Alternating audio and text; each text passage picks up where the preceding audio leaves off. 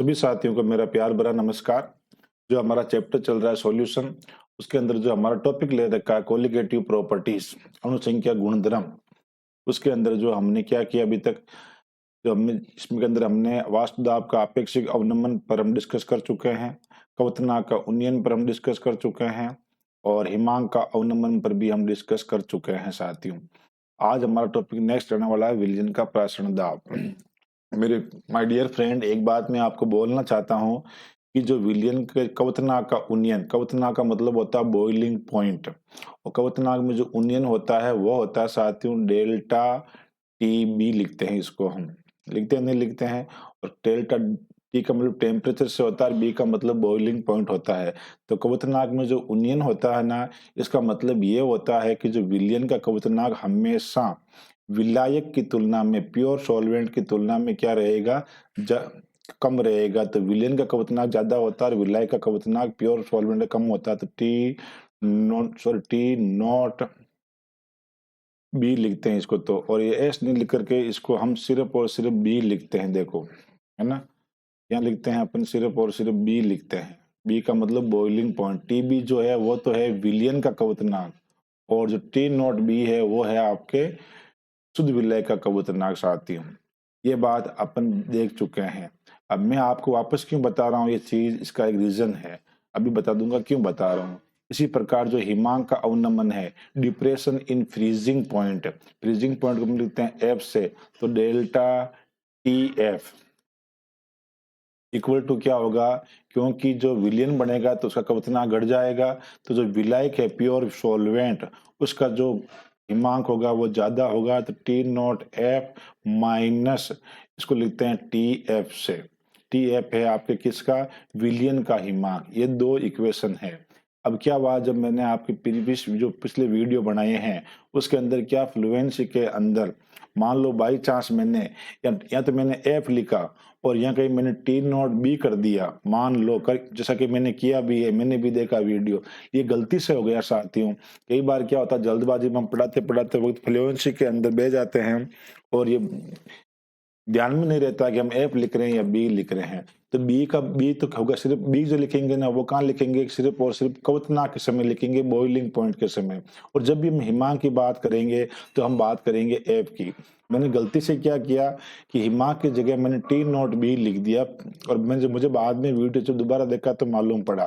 तो भाई इसलिए मैं क्षमा चाहता हूँ, इतने आप खुद इंटेलिजेंट है, समझदार हो, और बाद में कई बार भूलवश हम लिख देते हैं, ठीक है ना, तो उसके लिए सॉरी। और जो मैंने अभी दो इक्वेशन लिखी है यही सत्य है, और आपको भी पता है यही सत्य है। कई बार गलती से हो जाता है, यही प्रॉब्लम होती है ऑनलाइन क्लासेज की। ऑफलाइन क्लासेज में तो क्या होता है, जो स्टूडेंट बोल देते हैं कि सर आपने ये लिख दिया, तो हम हाथों हाथ इसको सुधार वहीं पर कर देते हैं। अब ऑनलाइन क्लासेज के अंदर क्या, कमरे में बैठे बैठे अकेले पढ़ा रहे हैं, खुद को ही नहीं पता होता कि एफ लिख रहा हूँ या बी लिख रहा होता हूँ, ठीक है ना। तो इसके लिए मैं क्षमा चाहता हूँ आपसे। तो आज हम टॉपिक की बात कर लेते हैं प्रासरण दाब, ऑस्मोसिस प्रेशर की। तो सबसे पहले तो बात आएगी कि प्रासरण क्या होता है, ठीक है ना। प्रासरण की परिभाषा हमारे को आनी चाहिए। तो प्रासरण क्या होता है, एक प्रोसेस होता है, वे प्रक्रिया, ध्यान रखना इसके अंदर, प्रासरण के अंदर, जिसमें विलायक, सॉल्वेंट, सॉल्वेंट यानी जल, इसके अंदर हम, हमारा जल जो है यूनिवर्सल सॉल्वेंट ही होता है, सर्वव्यापी विलायक होता है, सभी को पता है। विलायक के अणु एक अर्धपारगम्य झिल्ली, सेमी परमेम्बल मेम्ब्रेन, ये क्या बात होती है, अर्धपारगम्य झिल्ली का क्या मतलब होता है वो अपन बताएंगे आगे चल करके, कि आर पार कम सांद्रता वाले विलियन से अधिक सांद्रता वाले विलियन की ओर स्वतः अपने आप स्पॉन्टेनियस गति करते हैं, मूव होते हैं, प्रासरण कहलाता है, ओस्मोसिस कहलाता है। प्रासरण में बात क्या याद क्या रखनी है, प्रासरण के लिए इंपॉर्टेंट क्या चीज है। सबसे पहले तो दो विलियनों के बीच में क्या होनी चाहिए, अर्धपारगम्य में झिल्ली होनी चाहिए, और दोनों विलियन की सांद्रता क्या होनी चाहिए, अलग अलग होनी चाहिए। इस अर्धपारगम्य झिल्ली में से कौन मूव करेगा, सिर्फ और सिर्फ विलायक के मॉलिक्यूल, विलायक के कण या विलायक के अणु ही गमन करेंगे, बाकी विलय के नहीं कर सकते हैं, क्योंकि विलायक के कणों का आकार छोटा होता है विलय की तुलना के अंदर, क्लियर। और जो विलायक के अणु मूव करेंगे तो किधर से किधर करेंगे, कम सांद्रता से अधिक सांद्रता की ओर।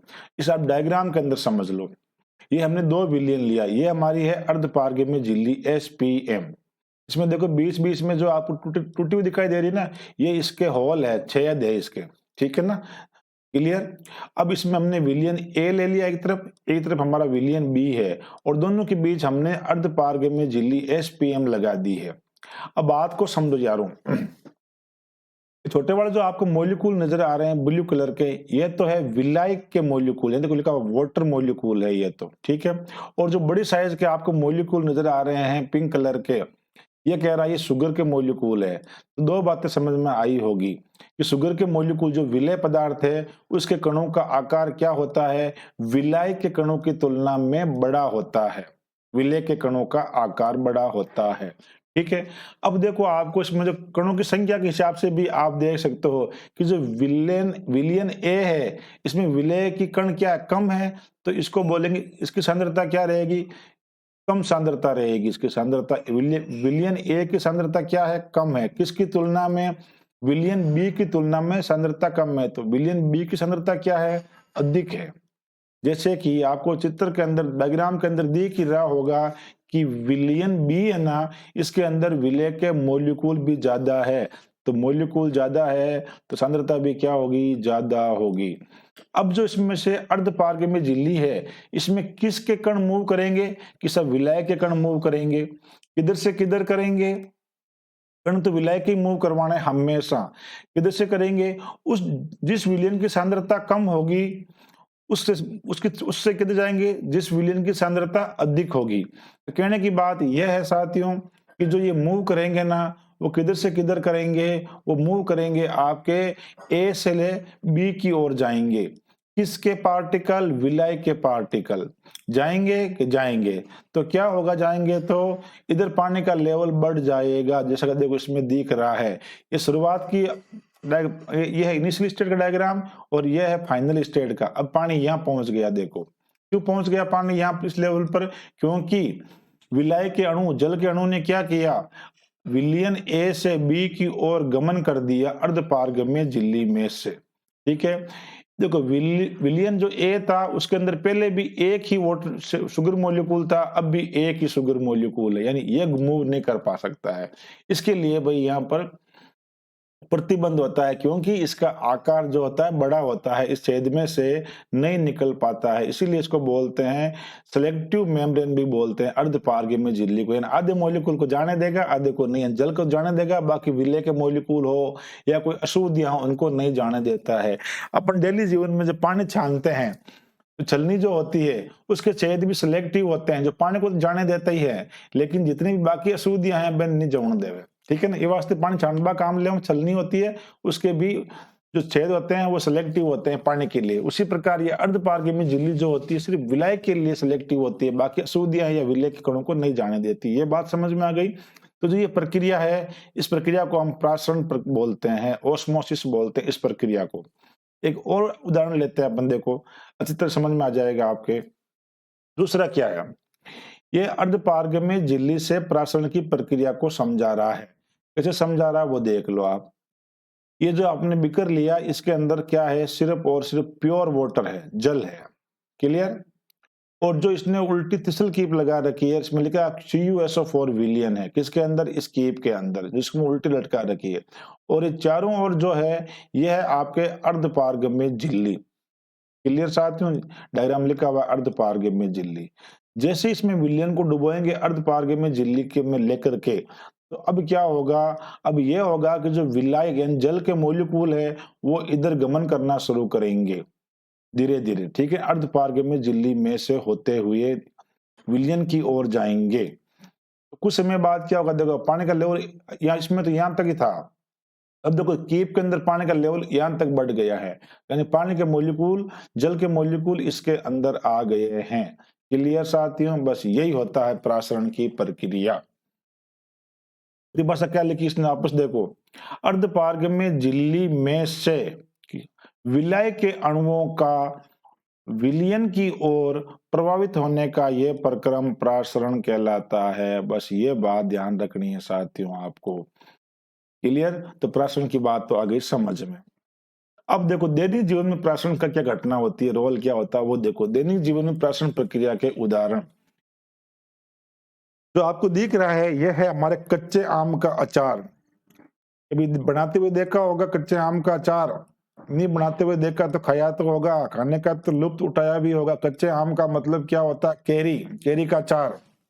जब हमारे जो घर के अंदर क्या करते हैं, जब हम अचार बनाते हैं तो ये कैरी इस पर कटिंग करके लाते हैं, फिर इसके अंदर नमक और मिर्च का छिड़काव करते हैं, जैसे मैं देख रखा होगा आपको। उसके बाद में इसको ऑयल में डीप करते हैं। तो पहले नमक क्यों डालते हैं इसके अंदर? जैसे ही अपन नमक डालेंगे तो जो इस कैरी के अंदर, जो कच्चे आम के अंदर जो पानी होगा, वो पानी क्या करेगा? प्राशन प्रक्रिया के द्वारा इसमें से बाहर निकल जाएगा। और जब पानी बाहर निकल जाएगा तो ये लंबे समय तक खराब नहीं होगी, इसमें बैक्टीरिया नहीं लगेगा, क्योंकि पानी की वजह से ही खराब होती है। और नमक छिड़कने से पानी क्या हो जाएगा? बाहर निकल जाएगा। तो ये इसमें झिल्ली जो होती है वो अर्धपारगम्य में झिल्ली होती है, सिर्फ पानी के मॉलिक्यूल बाहर आ जाते हैं। दूसरा, आपने दैनिक जीवन में किशमिश को भिगो के देखा होगा। किशमिश को भिगोने के बाद क्या हो जाती है? ये फूल जाती है। क्लियर? पहले पहले देखो पिचकी हुई सूखी हुई रहती है, जैसे इसको पानी में डालते हैं, कुछ घंटे रखते हैं तो ये फूल जाती है। ऐसा क्यों होता है?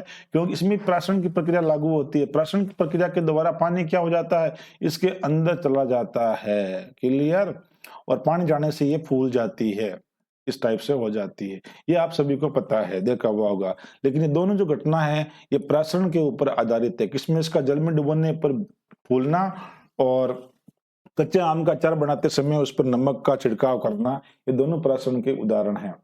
अब अर्धपारगम्य झिल्ली क्या होती है? सेमी परमेबल मेम्ब्रेन क्या होती है? पहली बात ध्यान रखना, ये केवल विलायक के कणों को गुजरने देती है, विलय के कणों को नहीं गुजरने देगी साथियों। ये इस तरह की झिल्ली होती है जिसमें छेद होते हैं। अब आप देखो डायग्राम के अंदर, इस तरफ आपको दो तरह के मॉलिक्यूल दिखाई दे रखे हैं। जो छोटे साइज के हैं वो तो है आपके विलायक के कण हैं, और जो आपके बड़ी साइज के कण दिखाई दे रहे हैं, ये बड़ी साइज के कण जो है ये है विलेय पदार्थ के। क्योंकि ध्यान रखना, विलेय के कणों का आकार हमेशा विलायक के कणों से बड़ा ही होता है। अब यह झिल्ली क्या करेगी? जो इसके छेद होते हैं, होल होते हैं, ये सिलेक्टिव होते हैं, जो इतने साइज के बने होते हैं कि विलायक के कण तो इसके आर पार चले जाते हैं। देखो इधर आ गए, दिखाई दे रहा है आपको? ये कण आ गया, ये किससे कण आया? विलायक का कण आया है इधर। ठीक है, विलय के कणों को ये नहीं आने देती, इसीलिए इसका नाम है अर्धपारगम्य झिल्ली। अगर एग्जाम में कई बार पूछ ले कि अर्धपारगम्य झिल्ली दो प्रकार की होती है, एक प्राकृतिक रूप से मिलती है हमारे को, एक हम खुद बनाते हैं प्रैक्टिकली या आर्टिफिशियल संश्लेषित कृत्रिम बोल दो। जो प्राकृतिक झिल्ली होती है और प्राकृतिक अर्धपारगम्य झिल्ली होती है, उनका आपको नाम याद रखना साथियों। एक तो सुअर के ब्लैडर से बनती है और एक पार्चमेंट पेपर से बनती है। दो नाम ऐसे याद रख लो, आप कई बार पूछा जा सकता है एग्जाम के अंदर। दूसरा है जो संश्लेषित होती है, आर्टिफिशियल, जो बनाई जाती है मैन मेड। एक तो होती है सेलोफोन से बनाते हैं हम लोग, और एक होती है सेलुलोज एसीटेट से बनी हुई होती है। दोनों कृत्रिम है। और पार्चमेंट पेपर और सुअर के ब्लेडर का जो झिल्ली है, अर्धपारगम्य झिल्ली काम में लेते हैं, वो प्राकृतिक रूप झिल्ली होती है। अर्धपारगम्य झिल्ली में एक बात निश्चित याद रखना कि ये सिर्फ और सिर्फ विलाय के कणों को गुजरने देती है, बाकी अशुद्ध है या विलय के कण है उनको गुजरने नहीं देती है। अब हमारा बात आएगा प्रासरण दाब क्या होता है। इस बात को समझो डायग्राम से। पहले तो देखो, इधर हमने लिया विलियन और इधर हमने लिया विलायक। आराम से समझो, कोई बात नहीं। इसमें आपको दो कलर के कण नजर आएंगे, आ रहे होंगे। एक विलय के कण है और एक विलायक के कण है। जो पिंक कलर के दिखाई दे रहा है वो विलय के कण है। ठीक है साथी, कोई बात नहीं। अब प्राशन की जो प्रक्रिया होगी, यहाँ पर इसने देखो अर्धपारगम्य झिल्ली लगा, दोनों को कनेक्ट कर दिया, किसके थ्रू? अर्धपारगम्य झिल्ली लगाकर। ये झिल्ली क्या करेगी? विलायक के कणों को गुजरने देगी। किधर से किधर? विलायक से विलियन की ओर। इधर जाएंगे किसके कण जाएंगे? विलायक के कण जाएंगे साहब। लेकिन ये तो घटना हो गई प्रासरण की। अब इनको जाने से रोक दे, ऊपर से लगाया ये पिस्टन। क्लियर? अब हम क्या करेंगे? ये ये हमने पात्र ए ले लिया, ये वेसल बी ले लिया, कोई बात नहीं। अब विलय के कण कहां जा रहे हैं? बी से ए की ओर जा रहे हैं, जाने दो। लेकिन इनको जाने से रोकना हो तो क्या करेंगे? बाहर से लगाएंगे प्रेशर। ये लिखा दो पी, प्रेशर लगाएंगे। वो प्रेशर, वो दाब जो विलय के कणों को इधर जाने से रोक दे या प्राशन की क्रिया को रोक दे, वो दाब क्या कहलाता है? प्राशन दाब कहलाता है। बस ये घटना है। दाब लगा के प्राशन की प्रक्रिया को रोकने वाला दाब जो होता है वो प्राशन दाब। इतना ही दाब लगाना है। जितना कि प्रसरण की प्रक्रिया रुक जाए। तो प्रसरण दाब क्या है, लगता कहां पर, ये विलयन पर। देखो यहाँ लिखा विलयन, यह लिखा हुआ विलायक। तो लगता किस पर है, विलयन के ऊपर लगता है।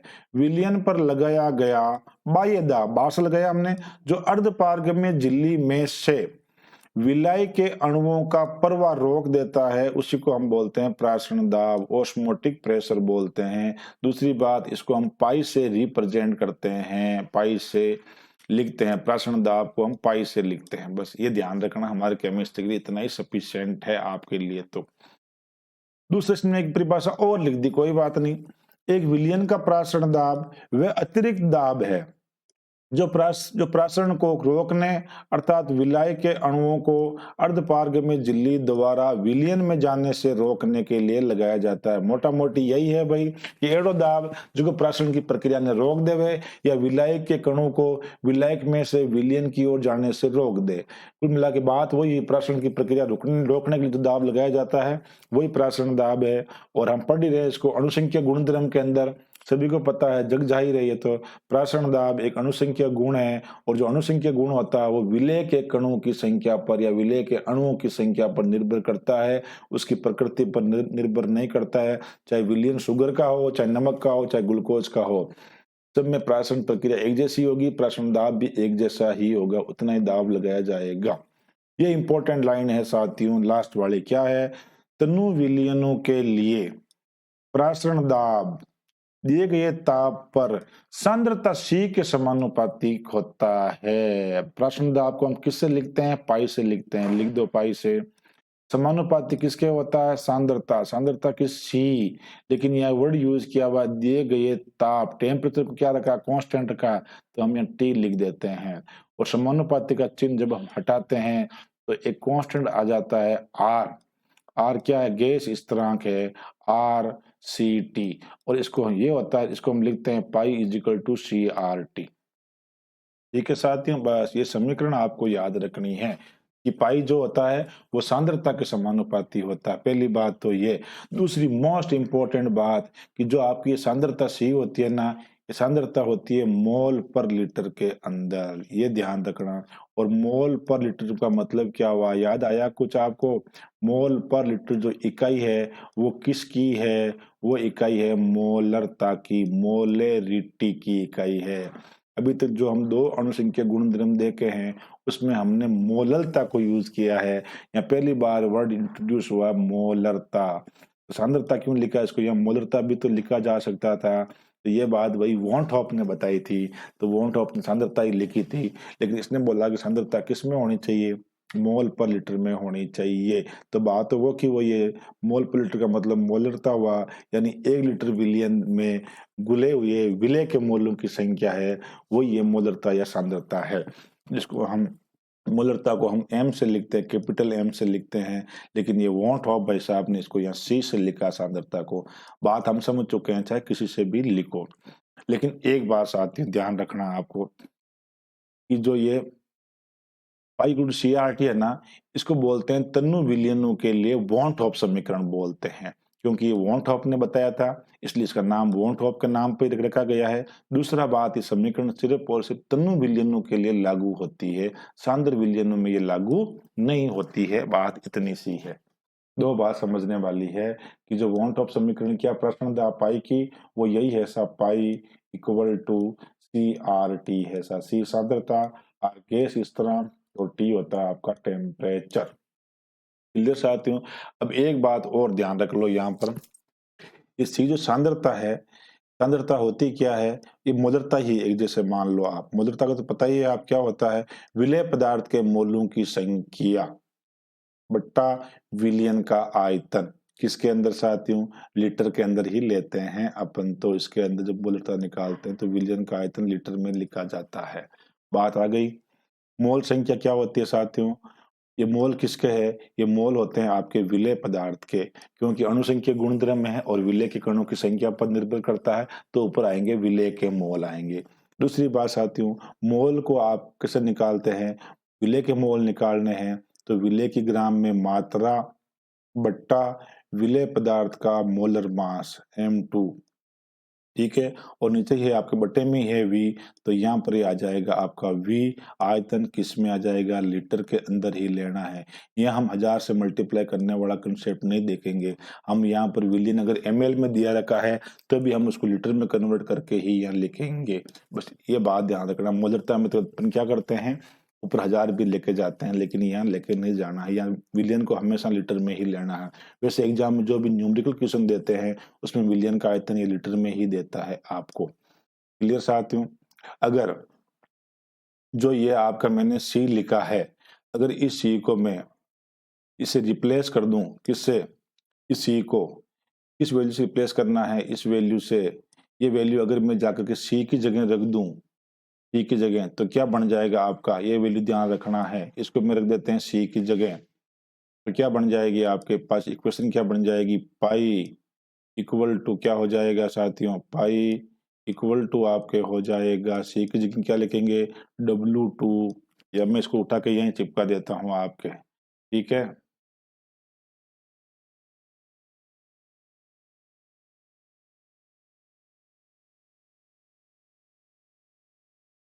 ये तो आ गई हमारे C की वैल्यू। बाकी क्या बचा आपके, बाकी बचा ऊपर तो क्या रहेगा आपके R और मल्टीप्लाई बाय T रहेगा। क्लियर साथियों? बस ये ध्यान रखना है। ये हमारे पाई की वैल्यू आ गई है प्राशन दाब की। W2 क्या है, विलेय की ग्राम में मात्रा। M2 क्या है, विलेय का मोलर मास, आणविक द्रव्यमान बोल दो या अणुभार बोल दो आप, ठीक है। इसके अंदर हमारे को जो ये इक्वेशन है ये इसलिए काम की रहती है क्योंकि इससे हमें अणुभार निकालते हैं, इसका विलेय पदार्थ का ध्यान रखना। तो हमें M2 निकालना हो तो हम क्या लिखेंगे, इसी के अंदर W2 लिखेंगे पहले, फिर इंटू लिखेंगे R, फिर मल्टीप्लाई बाय T, ठीक है। और आपने क्या किया, M2 को यहाँ लिखा है तो पाई को क्या लिख दोगे आप, ये M2 की जगह लिख दोगे तो डिवाइड बाय क्या हो जाएगा आपके, M2 मल्टीप्लाई बाय विलियन का आयतन V, किसमें, लीटर के अंदर। तो ये समीकरण हमारे किस काम में आई है, ये समीकरण हमारे आई है साथियों विलेय का मोलर द्रव्यमान ज्ञात करने में। किसमें काम आती है, कभी पूछ ले तो ध्यान रखना, प्राशन दाब तो ज्ञात होता ही होता है, लेकिन विलेय का मोलर द्रव्यमान ज्ञात करने की ये एक अन्य मेथड है। कौन सा मेथड है, तो प्राशन दाब से हम विलेय का मोलर द्रव्यमान या मोलर मास ज्ञात कर सकते हैं। बस ये चीज आपको ध्यान रखनी है साथियों। क्लियर? देखो आगे ये बात बहुत इंपॉर्टेंट रहने वाली है। ये जो प्रश्न दाब वाली विधि है इसके द्वारा प्रोटीन के बहुत बड़े अणु होते हैं, प्रोटीनों बहुलक बहुलक पॉलीमर जो होते हैं और अन्य बड़े बृहद अणु को क्या बोलते हैं, मैक्रोमोलिक्यूल्स के मोलर द्रव्यमान ज्ञात करने की ये प्रचलित का मतलब क्या होता है, बहुत ही फेमस विधि है। तो फेमस विधि है तो एग्जाम में भी तो आ सकती है, फेमस है तब तो, कि प्रोटीनों बहुलकों और अन्य कोई बृहद अणु हैं उनका मोलर द्रव्यमान किस विधि से ज्ञात किया जाता है, तो उनका मोलर द्रव्यमान किस विधि से ज्ञात किया जाता है, प्राशन दाब विधि से ज्ञात किया जाता है। क्लियर? अब देखो कुछ प्राशन दाब के आधार पर, किसके आधार पर, प्राशन दाब के आधार पर हम विलियन को 3 भागों में बांटते हैं। प्राशन दाब के आधार पर कौन कौन से 3 प्रकार है वो आप देख लो। नंबर 1, इंग्लिश में भी इनका नाम याद रखना चाहती हूँ, आइसोटोनिक। पहला क्या लिखा हुआ है, संप्रासरी विलियन, आइसोटोनिक विलियन। बात को समझो कि जो आपको डायग्राम दिख रहा है इसके अंदर ये कोई एनिमल सेल है, ठीक है। और ऐसा माना गया है कि जो बाहर जो गिलास के अंदर पानी दिख रहा है आपको H2O, ये केवल H2O नहीं है साथियों, ये आपके नमक का जलीय विलयन है, NaCl का जलीय विलयन है, नमक का जलीय विलयन। ऐसा बताते हैं कि इस नमक का इतना नमक ऐड करते हैं कि ना तो पानी के मॉलिक्यूल इसके अंदर जाते हैं और ना ही अंदर से बाहर आते हैं। देखो ये लिखा है ना, अंदर से बाहर, बाहर से अंदर, यानी साम्य अवस्था में रहेंगे। अगर अंदर जाएंगे तो बाहर उतने ही बाहर आ जाएंगे। क्लियर? क्यों? क्योंकि बाहर के विलयन की सांद्रता और जो इस सेल के अंदर जो विलयन है उसकी सांद्रता क्या है, दोनों की बराबर है। क्लियर? दोनों की सांद्रता बराबर है तो ना तो पानी अंदर रहेगा ना बाहर जाएगा, जैसी स्थिति है वैसे की वैसी रहेगी। तो ऐसे 2 विलयन ऐसे 2 विलियन जिनको अर्धपारगमित झिल्ली द्वारा पृथक करने पर, यहाँ तो जो ये सेल है, एनिमल सेल, इसकी झिल्ली ही अर्धपारगमित झिल्ली का कार्य कर रही है। पृथक करने पर उनके मध्य कोई प्रासरण नहीं होता है, तो उसको हम बोलते हैं समप्रासरी विलयन, और इंग्लिश में बोलते हैं आइसोटोनिक सॉल्यूशन। और आइसोटोनिक हिंदी वाले भी, हिंदी मीडियम वाले भी याद रखना, कई बार समप्रासरी नाम भी नहीं देता है, बोल देता है आइसोटोनिक। अगर 2 विलयन ए और बी आइसोटोनिक है तो किसका प्राशन दाब अधिक होगा? तो किसी का भी अधिक नहीं होगा। दोनों विलयनों का प्राशन दाब क्या रहेगा? समान रहेगा, और वहां प्राशन की क्रिया होगी भी नहीं। क्या लाइन लिखी हुई है? दोनों विलयनों का प्राशन दाब क्या होता है? समान होता है। बस ये बात ध्यान रखनी है आपको, ठीक है। दूसरा लिखा हुआ है अति प्रासरी हाइपरटोनिक। हाइपर का मतलब ही अति होता है इंग्लिश में, है ना। जो हमारे हिंदी मीडियम के साथी है उनके लिए इंग्लिश वाले वर्ड याद रखना मुश्किल होता है, तो क्या करते हैं अपन, हाइपर हो गया बोलते हैं ना, तो हाइपर का मतलब क्या होगा? ज्यादा ही हो गया, इसलिए बोलते हैं अति प्रासारी। अति प्रासारी का मतलब क्या होता है कि जो ये बार नमक का जो जलीय विलयन ले लिया है, NaCl सॉल्यूशन, ठीक है, जल के अंदर, तो इसके अंदर हमने क्या किया, आपकी बार कुछ ज्यादा ही नमक डाल करके इस विलयन की सांद्रता हमने बढ़ा दी है, इसको अधिक सांद्रित कर दिया हमने।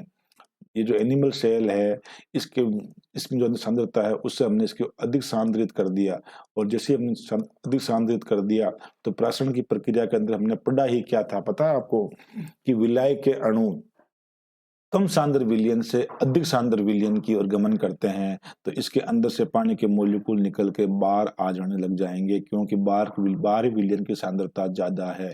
तो जो ये आपके सेल है, ये क्या हो जाएगी? सिकुड़ जाएगी, पिचक जाएगी बेचारी। समझ में आया नहीं आया कुछ बात? सिकुड़ जाएगी तो क्या होगा? 2 भिन्न सांद्रता वाले विलयनों में से वे विलयन जिसकी सांद्रता तथा प्राशन दाब उच्च हो उसको हम बोलेंगे हाइपरटोनिक विलयन। किसको बोलेंगे? जो ये गिलास के अंदर विलयन ले रखा है, इस गिलास वाले विलयन को बोलेंगे हाइपरटोनिक सॉल्यूशन। क्यों बोलेंगे? क्योंकि इसकी सांद्रता भी क्या है? अधिक है, और प्राशन दाब भी क्या है? अधिक है। अगर आपको बोल दे कि विलयन ए और बी में से विलयन ए जो है वो हाइपरटोनिक विलयन है, तो किसका प्राशन दाब उच्च होगा? तो ए का ही प्राशन दाब उच्च होगा, जो हाइपरटोनिक होगा उसी का प्राशन दाब उच्च, और उसी की सांद्रता ज्यादा होगी। संप्रासरी हो गया, अति प्रासरी हो गया, तब कौन सा होगा? न्यून प्रासरी होगा, जिसको हम बोलते हैं अल्परासरी विलयन या हाइपोटोनिक। हाइपर वर्ड हट जाएगा, हाइपोटोनिक आ जाएगा इंग्लिश के अंदर। यानी अब की बार क्या होगा, जो बार हमारा जो NaCl विलयन ले रखा है, इसकी हमने सांद्रता क्या कर दी? कम कर दी सांद्रता अंदर की तुलना में। तो इसकी सांद्रता कम हो गई साथियों, तो विलय के अणु क्या करेंगे? कम सांद्रता से अधिक सांद्रता की ओर जाएंगे। जाएंगे तो जो ये सेल है बेचारी फूल जाएगी, इतनी फूलेगी कि फट भी सकती है। क्लियर? तो 2 भिन्न सांद्रता वाले विलयनों में से वे विलयन जिसकी सांद्रता क्या, तो प्राशन दाब क्या है? कम है तो बोलेंगे अल्परासरी विलयन। हिंदी में तो याद रह जाएगा, लेकिन ये इंग्लिश वाले नाम याद रखने हैं। हाइपोटोनिक विलयन कहलाता है। ये छोटी छोटी सी बात थी। नेक्स्ट पढ़ते हैं प्रतिलोम प्राशन। उल्टा प्राशन करेंगे, रिवर्स प्राशन, प्रतिलोम प्राशन, रिवर्स ऑस्मोस, प्रतिलोम प्राशन। इसके अंदर क्या देखने वाले हैं हम? पूरी प्रक्रिया को मैं आपको वापस समझा देता हूं एक बार, 1 मिनट का समय लगेगा। यहाँ देखो, ये बीच में लगा रखी है आपके SPM अर्धपारगम्य झिल्ली लगा रखी है, दिख रही है? बिल्कुल लगा रखी है। इसको हम 2 भागों में बांट दिया, इधर मान लो A लिख दो आप, इधर भाग B लिख दो, ठीक है। अब जो पार्ट बी में क्या है? लवणीय जल है। और लवणीय जल क्या होता है? खारे पानी का मान लो, समुद्री जल मान लो, मान लिया साहब। इधर हमने ले लिया विलायक शुद्ध जल। एक्चुअली होना तो क्या चाहिए कि शुद्ध जल जो है उसमें से जल के अणु क्या करने चाहिए? आपके विलयन में जाने चाहिए, और विलयन में जाते, और तो यहाँ पर ये पानी का लेवल ऊपर चढ़ता धीरे धीरे। इस प्रक्रिया को हम बोलते थे प्रासरण। ठीक साथियों, इतनी बात समझ में आ गई? प्राशन प्रक्रिया में क्या होता है? जो शुद्ध जल में से जल के अणु विलयन की ओर गमन करते हैं, बिल्कुल बात सही है। अब हम क्या करेंगे? इसके ऊपर लगाएंगे दाब, और दाब इतना लगाओ कि आपके प्राशन की प्रक्रिया क्या हो जाए? स्टॉप हो जाए। तो वह दाब जो परासरण की क्रिया को क्या कर दे, बंद कर दे या रोक दे, उस दाब को हम क्या बोलते हैं, परासरण दाब बोलते हैं। ये बात हम समझ चुके हैं, लेकिन अब हम क्या करने वाले हैं, अब हम ये करने वाले हैं साथियों, परासरण दाब से, ये पिस्टन लिखा हुआ देखो, परासरण दाब से भी ज्यादा दाब लगा दिया आपने इस पिस्टन पर, परासरण दाब से भी ज्यादा दाब लगा दिया तो ये काम उल्टा शुरू हो जाएगा, यानी लवणीय जल में से अधिक सांद्रता वाले विलयन में से जल के अणु इधर गमन करना शुरू कर देंगे, उल्टा काम शुरू कर दिया हमने, ठीक है ना। और जब उल्टा कर दिया तो इसी को बोलते हैं रिवर्स ऑस्मोसिस बोलते हैं। ऐसा क्यों करने की आवश्यकता हुई भाई, ऐसा इसलिए करने की आवश्यकता हुई कि ये लवणीय जल है, लवणीय जल को मैं यूं बोल दूं समुद्री जल है, और आप सभी को पता है समुद्री जल क्या होता है, खारा होता है। कभी पिया क्या, पिया तो नहीं भाई, मैंने तो नहीं पिया, आपने पिया कि नहीं, तो सभी बोलते हैं खारा होता, तो खारा होता ही होगा, बिल्कुल खारा होता है, क्योंकि उसमें बहुत सारे क्या होते हैं, सॉल्ट डिजोल्व रहते हैं, और जितने भी सॉल्ट है वो खारे ही होते हैं टेस्ट के अंदर। अब क्या होता है कि इस जो लवणीय जल होता है, समुद्री पानी का जल, समुद्री पानी जो है, इसमें से विलायक के अणु को हम बाहर निकालते हैं। कब निकालते हैं, कैसा करके, ये आर्टिफिशियल करते हैं हम, प्राशन दाब से अधिक दाब लगाएंगे तो समुद्री जल या लवणीय जल में से सिर्फ और सिर्फ विलायक के अणु इस झिल्ली में से होकर के बाहर आ जाएंगे, और सिर्फ और सिर्फ जल के अणु रहेंगे, और इसको हम यहाँ पर बाहर निकाल देंगे। तो ये जल निकास लिखा हुआ है, तो ये पीने का पानी काम में, अब ये पानी पीने के लायक हो गया है, और ऐसा कर करके इस पानी को पीने के लायक बना देते हैं हम, और ये करते भी है साथियों। इसमें जितनी भी अशुद्धियां होती है या जितने भी सॉल्ट के मॉलिक्यूल होते हैं वो इस झिल्ली को पार नहीं कर पाते हैं, वो सब के सब पीछे ही रह जाते हैं, सिर्फ और सिर्फ जल के अणु निकल पाते हैं। इसी को बोलते हैं प्रतिलोम प्राशन, रिवर्स ऑस्मोसिस। जब विलियन पर प्राशन दाब कहाँ लग रहा है, देखो विलियन पर लग रहा है, जब विलियन पर प्राशन दाब से अधिक दाब लगाया जाता है तो इसको हम बोलते हैं प्रतिलोम प्राशन। और प्रतिलोम प्राशन में होता क्या साथियों, अगर पूछ ले तो किसका गमन होता है, विलाय के अणुओं का गमन होता है। पूछ ले किधर से किधर होता है, ध्यान रखना, विलियन से निकलते हैं, ये विलियन से चलना शुरू करते हैं, विलियन से शुद्ध विलाय की ओर किसका गमन होता है, विलाय के अणुओं का। जब विलयन से शुद्ध विलाय की ओर विलाय के अणुओं का गमन होगा तो उसी को हम बोलते हैं प्रतिलोम परासरण। छोटी सी बात है, बड़ी काम की बात है। भाषा ये बिना बोली वही लिखी इसने, विलयन पर यदि प्रासरण दाब से अधिक दाब लगाया जाए तो प्रासरण की दिशा क्या हो जाती है, उल्टी हो जाती है, प्रतिवर्तित है, हिंदी में लिखा प्रतिवर्तित, अपने इंग्लिश वाला ठीक है भाई, रिवर्स किया जा सकता है। अर्थात शुद्ध विलायक अब अर्ध पारगम्य झिल्ली के माध्यम से विलयन में से पारगमन करता है, यानी विलयन से निकल करके विलाय की ओर आता है। ये घटना या यही परिघटना प्रतिलोम प्राशन कहलाती है। प्रतिलोम प्राशन का यूज देख लो कहाँ यूज आता है, समुद्री जल के विलवणीकरण में, यानी उसका लवण हटाने में, विलवणीकरण करने में किया जाता है, या आप बोल दो पीने योग्य बनाने में किया जाता है। एक बात तो ये इंपॉर्टेंट है।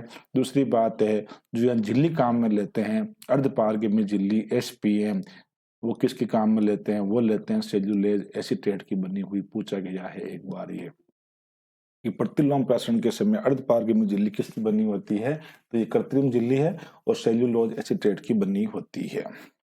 ठीक है साथियों, ये था आज का हमारा टॉपिक। अब इसके टॉपिक पर प्रीवियस ईयर के अंदर आरपीएससी ने कौन कौन से क्वेश्चन पूछे वो हम देख लेते हैं। पहला क्वेश्चन देखो आप, इसमें दो बातें ध्यान रखना मैं आपको बताना चाहता हूं, वो विशेष ध्यान रख लेना आप। क्या क्या, यहाँ देख लो आप, इस समीकरण जो है ना pi equal to C R T, इस समीकरण के अंदर आपको याद ये रखना है साथियों कि जो आपकी सांद्रता होगी सी, सांद्रता सी जो होगी ना वो तो किस में होगी, आपके मोल पर लीटर के अंदर होगी। यूनिट आप फिक्स याद रख लो, मोल पर लीटर के अंदर। टेम्परेचर आपका हमेशा किस में होना चाहिए, केल्विन में ही होना चाहिए जब भी आप न्यूमेरिकल क्वेश्चन सॉल्व करो। टेम्परेचर केल्विन में आ गया, और क्या बचा, वॉल्यूम बचाना, वॉल्यूम, वॉल्यूम हमेशा आपका लीटर में होना चाहिए। बस यही होनी चाहिए राशियां, अगर नहीं है तो बदल लो। अगर तापमान अगर आपको सेंटीग्रेड में दे रखा है तो उसको काम में मत लेना, पहले उसको केल्विन में कन्वर्ट कर लेना। इसी प्रकार अगर आयतन लीटर में नहीं दिया हुआ है, एमएल में दिया हुआ है, तो पहले उसको लीटर में बदलो ही बदलो। क्यों? क्योंकि जो हम यहाँ आर काम में लेने वाले हैं या हम आर की जो यूनिट लेने वाले हैं वो क्या ले आर किस में लेने वाले हैं? आर लेने वाले हैं लीटर, एटीएम, प्राशन दाब की इकाई एटीएम, केल्विन इनवर्स और मोल इनवर्स, इसी के अंदर लेना है आर का मान। जूल में आर का मान नहीं लेंगे और ना ही कैलोरी के अंदर लेंगे। तो आर का मान एग्जाम में दिया हुआ हो चाहे नहीं दिया हुआ हो, आपको 0.082 यही लेना है आर का मान, और इकाई litre, ATM, kelvin inverse, mole inverse में ही आपको रखनी है। ये बात मैं आपको समझाने की कोशिश कर रहा था। ठीक है, अब समझ में आ गई होगी। बात छोटी सी है लेकिन बहुत काम की है। अब आते हैं हम क्वेश्चन के ऊपर हमारे। पहला क्वेश्चन है लेक्चरर टेक्निकल एजुकेशन 2020 के अंदर पूछा गया है।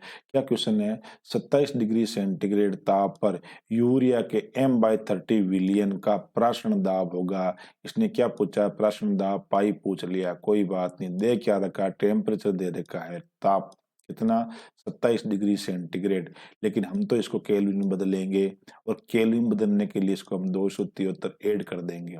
ये बात सबको पता ही है। तो ये हो जाएगा 300 केल्विन, और जैसे 300 केल्विन हुआ हमारे लिए अच्छी बात है, गुणा भाग आराम कर पाऊँ भाई।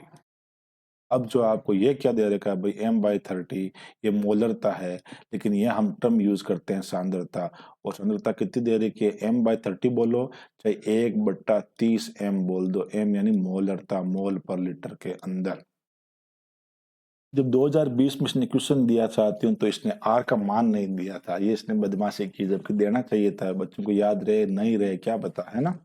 ये कभी आर का मान दे नहीं दे, अपन को तो आर का मान याद रहता ही रहता है। हमें आर का मान चाहे कोई भी दो, यूज यही करना है, 0.082 litre, ATM, kelvin inverse, mole inverse. साथियों ये यूनिट भी याद रखना है, मान भी याद रखना है। कई बार इसी को पूछ लेते हैं एग्जाम में।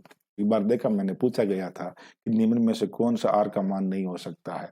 पूछा क्या? प्राशन दाब। कोई बात नहीं, हमें तो प्राशन दाब का फॉर्मूला आता ही आता है ना, कि नहीं आता? आप तो सीख गए होंगे आप भी। इनको अपन भेज देते हैं उधर, ऊपर ले जाते हैं इनको। ठीक है साथियों, तब अपने लिख दिया। अब हमारा राशियों की, तो अब हम प्रश्न दाब निकाल लेते हैं। हमारा कितना आएगा साथियों? सूत्र क्या होता है प्रश्न दाब का? प्रश्न दाब का होता है pi is equal to CRT। इसको इसी में रख देंगे तो सोल्व हो जाएगा, क्योंकि इसने आगे सांद्रता सीधी दे रखी है आपको। तो पाई इक्वल टू सी कितना दे रखा है? 1/30 दे रखा है, कोई बात नहीं, छोड़े या तो मल्टीप्लाई बाय आर। आर कितना दे रखा है? दे रखा था, हम लिखेंगे 0.082 मल्टीप्लाई बाय टेम्परेचर कितना? 300 केल्विन। ये 300 केल्विन लिख दिया सब।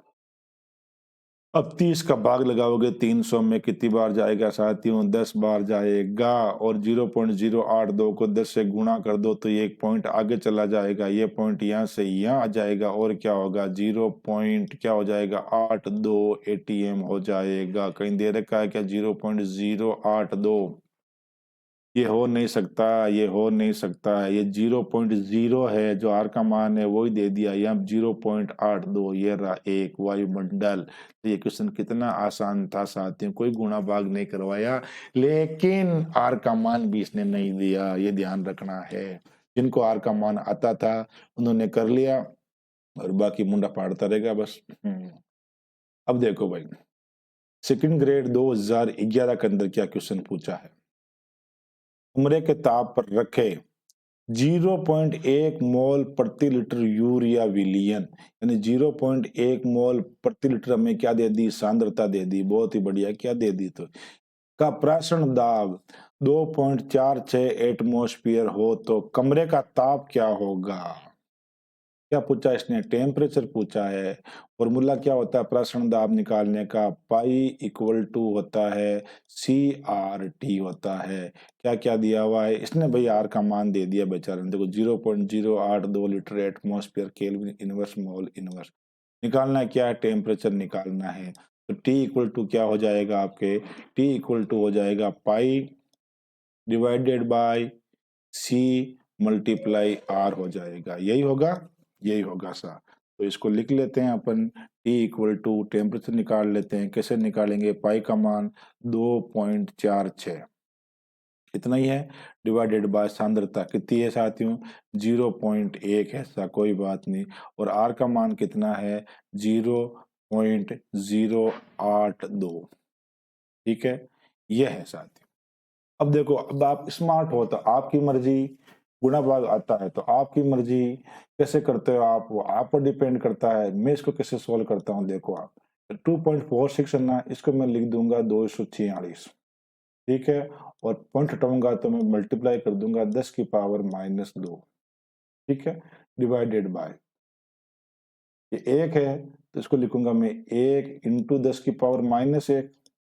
क्लियर, मल्टीप्लाई बाय ये 0.082 तीन संख्या के बाद पॉइंट है तो मैं तीन संख्या ही ले रहा हूँ, तो मैं इसको कर देता हूँ 82, 82 कर देता हूँ। मल्टीप्लाई बाय 10 की पावर कितनी कर दूंगा, देखो कितने के बाद पॉइंट है, 1 2 3 के बाद 10⁻³ करूंगा तो मेरा पॉइंट रिमूव हो जाएगा डेसिमल। क्लियर साथियों, ये हो गया। अब देखो 82 को आप 1 से मल्टीप्लाई करोगे तो कोई फर्क पड़ने वाला नहीं है, नहीं पड़ने वाला। T इक्वल टू क्या हो गया? 246 डिवाइडेड बाय 82। क्लियर। अब पावर का देखो, नीचे पावर कितनी कितनी है, देखो ध्यान से देख लो, वापस देख लो, इसको समझ लो। 10⁻⁻1 और 10⁻³ मल्टीप्लाई में है, जुड़ जाएगी पावर, तो नीचे पावर कितनी हो जाएगी? 10⁻⁻4। ठीक है, ऊपर कितनी है? 10⁻⁻2 है। इसको पावर को ले जाओ आप ऊपर, ऊपर ले जाओगे तो 10⁻⁻4 है, 10⁻+4 हो जाएगी और मल्टीप्लाई हो जाएगा यहाँ पर। तो ये पावर क्या हो जाएगी? अब जुड़ जाएगी तो कितनी पावर बचेगी आपके? पावर बचेगी सा हमारे 10 की पावर ऊपर बचेगी 2 बचेगी। इतना गुणा भाग तो भैया आता ही होगा, इतना बड़ा एग्जाम दे रहे हो और साइंस के विद्यार्थी हो, तो इतनी तो मैं आपसे उम्मीद कर ही सकता हूँ। फिर भी मैं आपको बेसिक लेवल समझाने की कोशिश कर रहा हूँ। कई स्टूडेंट बोर भी होते होंगे बेचारे कि क्या गुणा भाग सिखा रहे हो, है ना? कोई बात नहीं, सिखा देते हैं। अब इस 82 में से 82 का भाग 246 में जा रहा है, देखो 3 बार जाएगा, 2 3 6 होता ना, देख लो पूरा देख करके, तो क्या आएगा? 3 इंटू 10⁻²आएगा।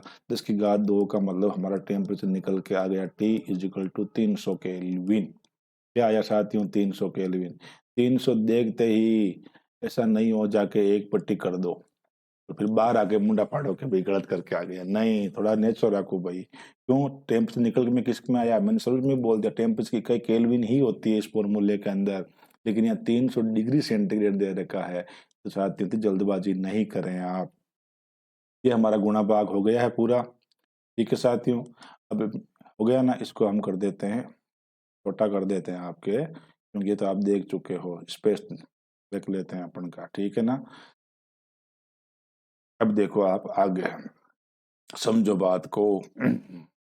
जब टेम्परेचर केल्विन में 300 केल्विन में अगर हमें बदलना है डिग्री सेंटीग्रेड में, तो 300 में से हम क्या करने वाले हैं? 273 कर देंगे माइनस, तो पीछे कितना बचेगा साथियों? 27 डिग्री सेंटीग्रेड। क्या किया? जो टेम्परेचर आपका केल्विन में था उसमें से 273 माइनस करके इसको सेंटीग्रेड में बदल लिया, तो कितना आएगा? 27 आएगा। ऑप्शन नंबर 4 सही होगा, है ना?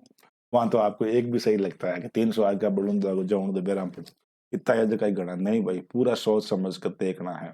ठीक है भाई, क्योंकि जो एग्जाम में आप बैठते हो जितना समय, वही आपकी मेहनत का सबसे बड़ा टाइम होता है। मेहनत तो सभी करते हैं, लेकिन वहाँ आपका दिमाग किस प्रकार से वर्क करता है वो इम्पोर्टेंट चीज है साथियों। क्योंकि साल भर हम बहुत मेहनत करते हैं और वहाँ हमारे को 1 मिनट के अंदर ही हमारा पूरा पासा पलट जाता है। एक क्वेश्चन गलत हुआ तो मेरिट से बाहर, सही हुआ तो हम आगे आ जाते हैं। यही गलतियां होती है सबसे, और कुछ नहीं होती। यही स्मार्ट बनना सीखो। 27 डिग्री सेंटीग्रेड ताप पर 1 विलियन को 1000 ml जल में 0.6 ग्राम यूरिया, यूरिया होता है मोलर द्रव्यमान, बेचारे ने दे दिया। और ये 2024 का क्वेश्चन है, देखो। वैसे नहीं देता तो यूरिया का फॉर्मूला आपको आना चाहिए, क्या होता है? NH2CO NH2, और इसका निकालोगे तो 60 आता है। कई बार इसको फॉर्मूला भी ध्यान रखना नहीं देता है, बदमाशी कर लेता है। तो 18 ग्राम ग्लूकोज, ग्लूकोज का फॉर्मूला C6H12O6 होता है, जिसका मोलर द्रव्यमान 180 ग्राम पर मोल दे रखा। घोलकर विलयन तैयार किया इसने, बहुत बदमाशी की इसने। 2 विलेय पदार्थ ले लिए, एक तो ले लिया आपका यूरिया और एक ले लिया इसने ग्लूकोज। कोई बात नहीं, ले लिया तो देखेंगे इसको भी। विलयन का प्रश्न दाब होगा, का मान दे रखा है बहुत ही अच्छा 0.0882 दे रखा है, कोई बात नहीं। बात क्या क्या है देखो, प्रश्न दा पूछा है तो एक बात आपके जहन में आनी चाहिए कि जो हमारा टेम्परेचर है वो केल्विन में होना चाहिए। टेम्परेचर डिग्री सेंटीग्रेड में दिया हुआ है, इसको केल्विन बदलने के लिए 273 ऐड कर देंगे तो कितना आ जाएगा साथियों, 300 केल्विन आ जाए। ये ध्यान रखना। 1000 ml का मतलब क्या हुआ, 1000 ml जल में घोल करके, विलियन को 1000 ml जल में, ऐसा उलझना नहीं है। ये विलियन दे रखा कितना, 1 लीटर दे रखा है, ऐसा सॉरी 1 लीटर, 1000 ml का मतलब क्या हुआ, 1 लीटर दे दिया, कोई बात नहीं। बदमाशी कहाँ हुई इसके अंदर, प्रॉब्लम कहाँ है, प्रॉब्लम ये है कि इसने 2 विलियन मिलाए हैं। हमारे को आता है पाई का फॉर्मूला, पाई इक्वल टू होता है CRT, होता है। ये क्या है, सांद्रता है। सांद्रता क्या होती है, सांद्रता सी होती है ऐसा कि विलेय के मोलों की संख्या 1 लीटर विलियन के अंदर, तो विलियन तो आपका 1 लीटर ही है, बहुत बढ़िया। लेकिन मोल निकालेंगे, और मोल कैसे निकालते हैं, ये विलेय के मोल है तो पदार्थ की ग्राम में मात्रा बटा उसका अणुभार, किसका, विलेय का, और विलेय कितने हैं, 2 है। दोनों के हम क्या करेंगे, मोल निकाल करके जोड़ देंगे, तो विलियन में जो दोनों विलेय के मोल आ जाएंगे। तो पहले मोल निकालेंगे किसके, अपन मोल ऑफ यूरिया निकाल लेते हैं। तो कैसे निकालेंगे, यूरिया की मात्रा कितनी, 0.6 डिवाइडेड बाय किससे कर रहा है, ये 60 से कर रहा है, करने दो कोई बात नहीं। आंसर क्या आएगा, देखो आप पॉइंट हटा दूं मैं या ऐसे कर दूं, बताओ, जैसे चाहो वैसे कर दूं, कोई पॉइंट हटा दो साथ, नीचे 0 लगा दिया, 6 से 6 कटा, क्या आया, 1/100 आया, और 1/100 को आप क्या लिखते हो साथियों, 0.01। इतना तो पता ही है आपको कि नहीं है, इतना पता नहीं है तो फिर आपका कुछ नहीं हो सकता है। मोल ऑफ ग्लूकोज, ग्लूकोज के मोल कैसे निकालेंगे, ग्लूकोज की मात्रा कितनी दे रखी है, 18 ग्राम। इतना आसान दे रखा, आंकड़े आपको काटने की जरूरत ही नहीं पड़ती, फिर भी इसमें भी गलती कर देते हैं। 180, क्या बचेगा, 1/10, और 1/10 को हम क्या लिखेंगे, 0.1 मोल लिखेंगे। दोनों के मोल आ गए आपके, कि सब आ गए मोल, आ गए, तो इनको अपन यहाँ से हटा देते हैं, पुट कर देते हैं कुछ, इनको यहाँ से हटा करके ऊपर लेके चले जाते हैं। ठीक है साथ ही हम तो स्पेस देख लेते हैं यहाँ पर। अब आगे क्या करें, दोनों के मोल आप जोड़ दो, तो जोड़ दो मोल, कितने मोल, टोटल मोल कितने आ गए, विलियन के कितने मोल हो गए, mole total mole urea plus glucose दोनों के मिला के 0.01 प्लस 0.1, तो कितने हो गए साथियों, 0.11 मोल हो गए, 0.11 मोल हो गए। जोड़ तो आती होगी आपको। जिन साथियों को समझ में आ गया वो इसका खुद कॉपी के अंदर सोल्व करके आगे बढ़ जाए, वीडियो को स्किप कर लें। मैं तो आराम से सबको समझाने की कोशिश कर रहा हूँ। अब पाई इक्वल टू मोलों की संख्या कितनी आ गई, 0.1 आ गई सा, मल्टीप्लाई बाय कितने विलियन में, आई थिंक कितना ले रखा है, 1 लीटर ले रखा है, तो बहुत ही इसने अच्छा किया, हमारे गुणा भाग नहीं करना पड़ेगा। इंटू आर का मान 0.082, टेम्परेचर कितना आपका, ऊपर देख लो, हमने निकाला था अभी, ये भूल गए हो तो 300 केल्विन, ये हमारा 300 केल्विन लिख दिया। अब इनको आप सोल्व कर लो गुणा भाग को, कैलकुलेटर तो होता नहीं, आप जैसे करना चाहो वैसा कर लो। ऑप्शन देखो पहले, 4.92, 2.4, 1.8, 1, 2, 4, 8, थोड़ा ऑप्शन दूर दूर है, तो मैं इसको देखो किस प्रकार से कोशिश करता हूँ, मैं करता हूँ किस प्रकार से कोशिश करता हूँ एक बार के लिए, क्योंकि एग्जाम में समय की भी डिमा कमी रहती है। 0.1 एक है ना बेटा, इसको मैं 0.11 को मान लेता हूँ 0.10 और नीचे लगा देता हूँ बट्टे के अंदर, क्या 2 संख्या के बाद पॉइंट है तो 100 कर देता हूँ, मल्टीप्लाई बाय, ये देखो 3 संख्या के बाद पॉइंट है, पॉइंट को हटा देता हूँ, तो बट्टे में तो क्या आ जाएगा आपके 1000 आ जाएंगे, आ गए 1000, ऊपर क्या बचेंगे 82, तो 82 को मान लो 80, क्या पता गुणा भाग आराम से हो जाए, और मल्टीप्लाई क्या है आपके 300 है, ऊपर है।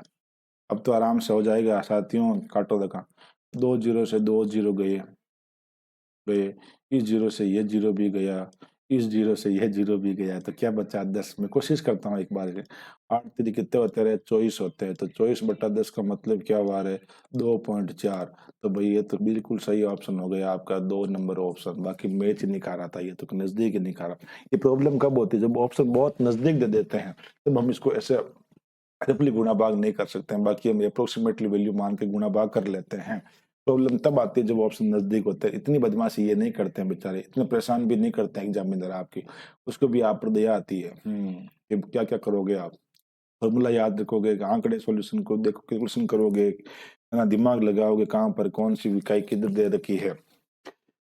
सेकंड ग्रेड संस्कृत डिपार्टमेंट 2022 का पेपर हुआ, उसके अंदर ये क्वेश्चन आया हुआ, क्या आया हुआ है, 300 क्यूबिक सेंटीमीटर प्रोटीन का जलीय विलयन जिसमें 2 ग्राम प्रोटीन है, विलय पदार्थ 2 ग्राम है, का प्राथमिक दाब 300 केल्विन ताप पर 2.5 इंटू 10 की पावर 4 बार दे दिया है। हालांकि बार और एटीएम ज्यादा कोई डिफरेंट नहीं होता, कोई बात नहीं। प्रोटीन का मोलर द्रव्यमान ज्ञात करो। वैसे तो आप बोलोगे साइज बार को एटीएम में कन्वर्ट करो पहले, है ना, तो बहुत लंबे उड़ जाओगे। देखो करना, ऑप्शन देखो 49 ग्राम, ये 6,64,000 है, 600 है, 1 लाख क्या है, ये इकाई दाई सैकड़ा हजार 10,000 लाख, 1,99,000, तो 1 लाख है, 6 लाख है, 50 या 600। ऑप्शन बहुत दूर दूर है, तो इतना कोई माथापड़ी करने की जरूरत नहीं। इसमें एक बात मैं समझा देता हूँ, ये वाला विलियन का जो दे रखा आयतन, देखो साथियों, इसमें देखो जो विलियन का वॉल्यूम होता है, वो जो हमारा लीटर होता है ना साथियों, लीटर बराबर होता है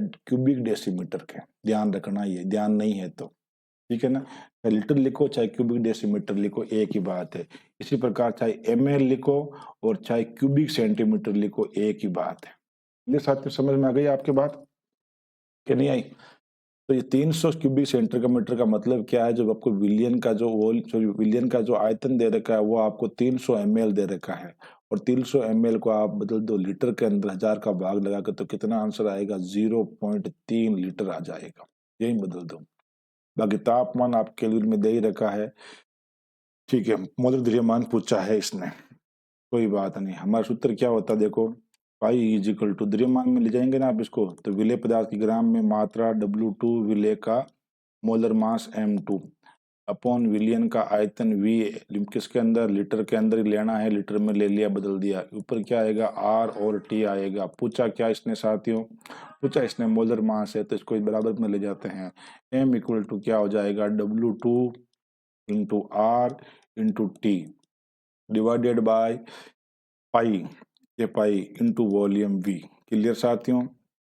अब देखो M इक्वल टू क्या लिखने वाला हूं मैं, M इक्वल टू W2 कितना दे रखा है मेरा, W2 देखो 2 ग्राम दे रखा है, 2 ग्राम प्रोटीन, तो 2 ग्राम प्रोटीन ले लेते हैं, मल्टीप्लाई R का मान इसने दिया कि नहीं दिया रे भाई, R का मान तो नहीं दिया सा, करी बदमाशी, कोई बात नहीं, याद है हमारे को, 0.082 ले लेते हैं, इंटू टेम्परेचर निकाल दिया हमने, कितना निकाला, 300 केल्विन दे रखा, हमने नहीं निकाला था, केल्विन में दे रखा था इसने, तो केल्विन डिवाइडेड बाय प्रसरण दाब पाई, 2.5 इंटू 10 की घात -4, 2.5 इंटू 10 की घात -4, कोई बात नहीं, इंटू वॉल्यूम कितना दे रखा है, वॉल्यूम दिया नहीं, वॉल्यूम 0.3 लीटर है, ये 0.3 लीटर साथियों। अब देखो साथियों, ऑप्शन आपके हैं बहुत दूर दूर, तो इसको हम कर देते हैं, ऑप्शन को थोड़ा बहुत ऐड कर देते हैं, तो ऊपर लिख दूं मैं 2 मल्टीप्लाई बाय, ये 0.082 है ना, ये पॉइंट 3 संख्या बाद पॉइंट है, वही बाद में हटाऊंगा, जिसको कर देता हूँ 80 बट्टा कर देता हूँ क्या 1000, 3 संख्या बाद पॉइंट है इसलिए, ऊपर आपके 300 रहने दो, नीचे क्या है आपके ये 3 है ना, पॉइंट 3 को 3 ले जाओ और ऊपर 10 से मल्टीप्लाई कर दो, पॉइंट हट गया। अब क्या बचा, ये बचा आपके 2.5, है ना, इसको क्या करें 25 कर दें, 25 इंटू कर दें 10 की घात -5 कर देते हैं, एक पॉइंट, एक संख्या बाद ही पॉइंट था, ठीक है। अब देखो काटापीटी करो, 0 से 0, 0 से 0 गया, तो फिर 3 से 3 भी गया, 2 से काटोगे तो कितनी बार, 5 बार, 5 को काटोगे इससे 10, 2 बार, ठीक है साथियों। अब यहाँ क्या है 25 है, ठीक है, और ऊपर क्या है 80 है, काटापीटी कर लो, कितना आएगा 5 छोड़ा आएगा, यहाँ पर आ जाएगा 5, ठीक है। अब देखो 10 की घात 5 तो ऊपर जाएगी आपके, ऑप्शन को देखोगे तो बहुत दूर दूर ऑप्शन है आपके, ठीक है ना। कैसे करते हैं इसको भैया, 25 लिख दिया, 80 को लिख दिया हमने, तो क्या बचेगा आपके, यहाँ कुल मिलाकर के इसको गुणा भाग करके आगे ले जाओगे ये पावर को, तो आपके आंसर आने वाले हैं 6 लाख समथिंग आएगा आपके, 6,64,000 हो जाएंगे। निकाल लेना गुणा भाग करके इसको। नेक्स्ट देखो, स्कूल लेक्चर 2015 का क्वेश्चन है, प्रोटीनों, बहुलकों व अन्य बृहदाणुओं का मोलर द्रव्यमान ज्ञात करने की प्रचलित विधि है। कौन सी विधि है साथियों प्रचलित विधि? अभी बताया था मैंने आपको, प्राशन दाब है। ये स्कूल लेक्चर 2015 का क्वेश्चन है। वीडियो लंबा बन जाता है इसलिए इसको थोड़ा फास्ट कर लेते हैं अपन।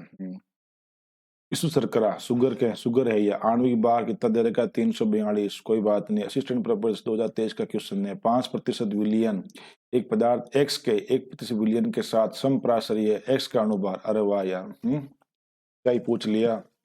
2 विलियन है समप्राशरीय, दोनों का प्राशन दाब बराबर है। किस किस का प्राशन दाब? वो शुगर जस्ट इक्वल टू प्राशन दाब ऑफ एक्स है बराबर। प्राशन दाब का फॉर्मूला क्या होता है? फॉर्मूला होता है सर CRT। इधर भी क्या होगा, CS कर दूं इसको, सांद्र CRT इधर भी होगा, लेकिन सांद्रता डिफरेंट होगी। RT तो सेम ही रहने वाला, तो इस स्टेप को आप हटा ही दो। किसको? RT को आप कर दो रिमूव यहाँ से। क्यों कर देंगे रिमूव? क्योंकि दोनों में RT तो क्या रहने वाला है आपका, बराबर ही रहने वाला है ना साथियों। क्या अलग होने वाला है? नहीं होने वाला है ना। कोई बात नहीं। ये आर को भी ले जाओ यहाँ से, दोनों बराबर हो गए आपके। और यहाँ पर भी ये आपका RT हटा दो, तो पीछे क्या बचेगा? C बचेगा। सांद्रता के ऊपर आपको देखना पड़ेगा इसको। सांद्रता कैसे निकालते हो आप? सांद्रता निकालते हैं अपन मोलों की संख्या बट्टा V वॉल्यूम। इधर भी मोलों की संख्या बट्टा वॉल्यूम, लेकिन वॉल्यूम भी क्या दोनों में दे नहीं रखा, तो वॉल्यूम भी गया आपके। तो क्यों एन देखना, एन क्या होता है? ग्राम में मात्रा बट्टा उसका अणुभार। ये तो गया S के लिए। इसी प्रकार इधर हो जाएगा ग्राम में, ये भी है शुगर के लिए। सॉरी यहाँ लिख देता हूँ मैं X, सॉरी मैंने क्या S लिख दिया, इधर गलती हो जाती है साथियों, क्या कर रहे हैं यार। जल्दबाजी के अंदर ऐसा ही है। इधर लिख देते हैं अपन X, आपके समझ में तो आ रहा होगा। इधर लिख देता हूँ मैं W किसका? X का, और अणुभार X का। ये पूछा इसने, क्या पूछा? अणुभार पूछा इसने। X का अणुभार कितना है? W कितना दे रखा है इसका? 5% का मतलब क्या होता है? ये मास दे रखा है 5% W/W। कोई बात नहीं, हमें क्या करना है, हमें तो वहां से 5 लेना है। ले लो 5, तो इसके ग्लूकोज का ग्राम में मात्रा और उसके अणुभार 342। इसी प्रकार इसको 1% दे रखा है, तो इसका ग्राम में मात्रा 1 मान लो, और mx हमारे को निकालना है, x का मोलर मास, क्रॉस मल्टीप्लाई हो जाएगा। तो mx इक्वल टू क्या आएगा? 342/5, और 342 में भाग दे दो, कितना आएगा? 6 पंजे 30, 4 8 पंजे 40, 4 पंजे 20, ना 68.4। ये लो साहब, इतना तो आपको आता ही है, मैं तो कोशिश करवाता हूँ पूरा सॉल्यूशन की। असिस्टेंट प्रोफेसर 2020 में क्या क्वेश्चन आया? एक विलियन का प्राशन दाब 300 केल्विन तापमान पर 0.082 ATM है, इसकी सांद्रता क्या होगी? सिंपल फॉर्मूला दे रखा, पाई इक्वल टू होता है CRT, सांद्रता पूछा है, इसकी सांद्रता C इक्वल टू क्या हो जाएगा? R मल्टीप्लाई T बट्टा हो जाएगा आपका पाई प्राशन दाब। कोई बात नहीं, इसने क्या किया बदमाशी, इसने R नहीं दिया भाई। मैंने कहा कभी दे देता कभी नहीं देता, अपन को याद ही है। 0 पॉइंट क्या लिखेंगे? 082, टेम्परेचर 300 केल्विन डिवाइडेड बाय पाई का मान कितना? 0.082। ऐसे कैसे हो गया साथी? मैंने कोई गलती की? गलती कर दी फॉर्मूले के अंदर ही साथी मैंने तो, है ना। जल्दबाजी नहीं करनी है यार। टी निकालना है साथियों, मिटा दो इसको वापस। क्या निकालना है आपको? टी निकालना है, टेम्परेचर। तो टी का फॉर्मूला क्या होगा? पाई डिवाइडेड बाय CR। क्लियर? अब ले लो टी इक्वल टू, तो क्या निकालना? सांद्रता निकालनी, टेम्परेचर भी नहीं निकालना है रे। C इक्वल टू क्या हो जाएगा? पाई divided by R into T हो जाएगा। ठीक है, C इक्वल टू पाई का मान देखो 0.0821 डिवाइडेड बाय R का मान याद ही है 0.0821। क्या ही तो दिया इसने यार, टेम्परेचर 300 केल्विन दे दिया। तो ये कर दो आप कैंसिल आउट, क्या बचा? 1/300। 1/300 को लिख देता हूँ 1/3 इंटू 10 की पावर 2 और 10 की पावर 2 को ले जाऊंगा ऊपर तो क्या आएगा 1/3 इंटू 10 की पावर -2। 10 की पावर -2 एक ही ऑप्शन के अंदर है, गुणा भाग कर लो, एक में 3 का भाग लगाओगे तो कितना आएगा 0.3 ही आएगा ना। तो वैसे 10 की घात -2 एक में ही दे रखा था, किसी में दे ही नहीं रखा था। नेक्स्ट देखो SCF 2018 क्वेश्चन क्या है, FeCl3 जब K4 FeCN6 से क्रिया करता है तो नीला रंग उत्पन्न करता है। कोई बात नहीं, 0.01 m FeCl3 व 0.1 m K4CN6 को अर्धपारगम्य झिल्ली द्वारा नीचे दिए गए प्राप्त किया जाए तो नीला रंग किस में उत्पन्न होगा। देखो भैया, ये रंग जो उत्पन्न होता है ये विलय की वजह से होता है और आप सभी को पता है विलय के जो कण होते हैं वो अर्धपारगम्य झिल्ली को पार ही नहीं कर पाते हैं, ना तो ए वाले बी में जाएंगे विलय के कण, ना बी वाले ए में जाएंगे, सिर्फ विलय की जाता है और रंग तो विलय की वजह से होता है। तो विलय तो आर पार ही नहीं कर पा रहा है तो ना तो किसी में कोई रंग की बात ही नहीं, ना तो ए में होगा ना बी में होगा। ऑप्शन नंबर 4 सही हो जाएगा। कि इसने घुमाने के लिए दिया था कि आप आंकड़े देके उड़ जाओ और फिर आप सोल्यूशन को दिमाग में लाओ तो एक क्वेश्चन को और खराब कर दोगे। सिंपल क्वेश्चन था, विलय के कण अर्धपारगम्य झिल्ली में से आर पार नहीं होते हैं। एक क्वेश्चन आया हुआ आपके SDF 2011 के अंदर, क्या आया हुआ भैया, स्थिर ताप पर प्राशन दाब पाई शर्करा विलयन की सांद्रता C द्वारा किस प्रकार प्रभावित होता है। तो बताइए, सबसे पहले बताया था हमने वॉन्ट आपने कि विलयन का प्राशन दाब स्थिर ताप पर सांद्रता C के समानुपाती होता है। तो पाई और C में क्या संबंध है, समानुपाती का संबंध है। ठीक है, थ्योरेटिकल क्वेश्चन था ये तो। बिल्कुल सही है। अगला देखो, अणुसंख्या गुणधर्म जो बहुलकों के अणुभार ज्ञात करने के लिए काम में लिया जाता है। प्रासरण दाब बताया था, प्रोटीनों, बहुलकों और बृहदाणु का 2 बार क्वेश्चन आ गया। ये क्वेश्चन स्कूल लेक्चर 2024 हाल ही में आया हुआ है। कितना आसान क्वेश्चन था। समीकरण पाई सी आर टी कहलाती, समीकरण दे दिया पाई सी आर टी कहलाती है। क्या कहलाती है भैया, तनु विलयनों के लिए प्राशन दाब के लिए वॉन्ट ऑफ समीकरण। यह बात तो मैंने आपको नोट्स में से पहले समझा दी थी कि pi equal to C R T किसने दी थी, वॉन्ट आपने दी थी, और तनु विलयनों के लिए ही लागू होती है। विलायक का विलयन की ओर से शुद्ध विलायक का असिस्टेंट प्रोफेसर 2023 क्वेश्चन क्या है, विलायक का विलयन की ओर से शुद्ध विलायक की ओर प्रवाहित होना। तो शुद्ध विलायक में कब जाएंगे विलायक के कण, उत्क्रम रिवर्स ऑस्मोसिस यानी प्रतिलोम प्राशन नहीं, प्रतिलोम प्राशन नहीं दिया इसने, उत्क्रम दे दिया, उल्टा प्राशन याद रखना है। बस ये थे आज के क्वेश्चन साथियों। Thank you so much for watching video. Have a nice day.